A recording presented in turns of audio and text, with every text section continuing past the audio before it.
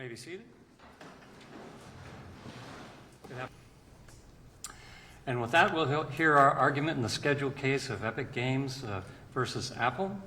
Mr. Goldstein, you may proceed. Don't switch because they're loyal, because they like security. Me, I'm just too lazy to switch. I mean, there's lots of reasons.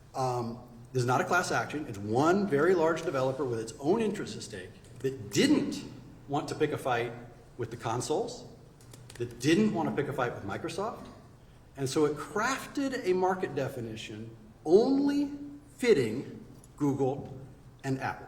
642 of the excerpts of record, it's DPLA section 10, has 6 separate. We are telling you, if you use our software, it's a licensing agreement. If you use our software to create an app, you have to submit it through the App Store. That is a unilateral imposition as part of a licensing agreement, which under the Justice Department's IP licensing guidelines at page 9 and 10 is clearly pro-competitive. Strong evidence of monopoly power.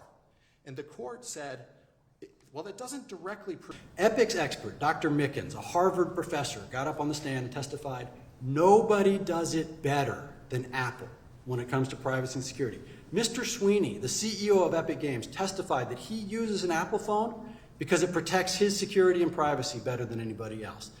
Dr. Evans, Professor Athey, Epic's expert witnesses both testified that security and privacy are pro-competitive justifications and that Apple had an edge over the competition based on security and privacy. Consider the pricing app. We think it considered it. It rejected it as direct evidence of monopoly power for wrong reasons, and even if it wasn't direct. And this gives consumers a choice.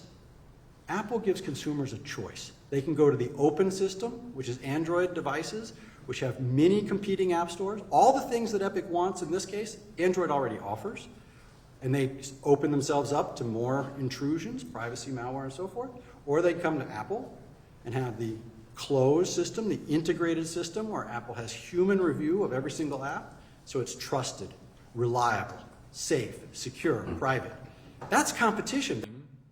And if it's a good claim, then you can proceed under the UCL. You cannot block horizontal competition between app stores and between IAP providers and use as your excuse that I am now going to offer a product that is differentiated by the fact that it lacks any competition. And that is particularly true when the prohibition on competition exists at a level, the App Store and the IAP, in order to product differentiate at an entirely different market about the iPhones. You don't get to squash competition between the App Store makers and the IAP providers in order to differentiate your product. And that, I think, is exactly what Apple is claiming the power to do here. Harmless basically only applied to third-party claims. What's your response to that? We are a would-be competitor. That's the role that we're playing here. You are a competitor. Your Honor, if so, we've got no customers. We want to have an app store. Apple says you are not allowed to have that app store. We want to offer in-app payments to iPhone users. We are not allowed to do it. We're a would-be competitor. The district court was very clear about that.